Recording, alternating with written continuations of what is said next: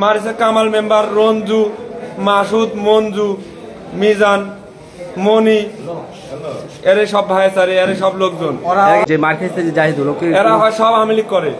মারিছে Kamal member, Ranju, Masud, Manju, Mizan, মনি, এরে সব ভাইসারে, এরে সব লোকজন। আচ্ছা, এরা কি কোনো দল করতো যে মার খাইছে যে জাহিদুল?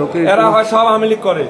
ফিলিস্তিনের পক্ষে আমাদের পোলাপান কিছু মিছিল করেছে, এই কারণে তারা সমর্থক দিতে পারেনি, তারা আমাদের পক্ষে ছিল না, তারা ইসরায়েলের সমর্থক, এই কারণে আমাদের পোলাপানকে এরা বেধড়ক মায়ের ধরক করেছে। আচ্ছা, কারা কারা মারছে একটু নামটা বলতে পারবেন?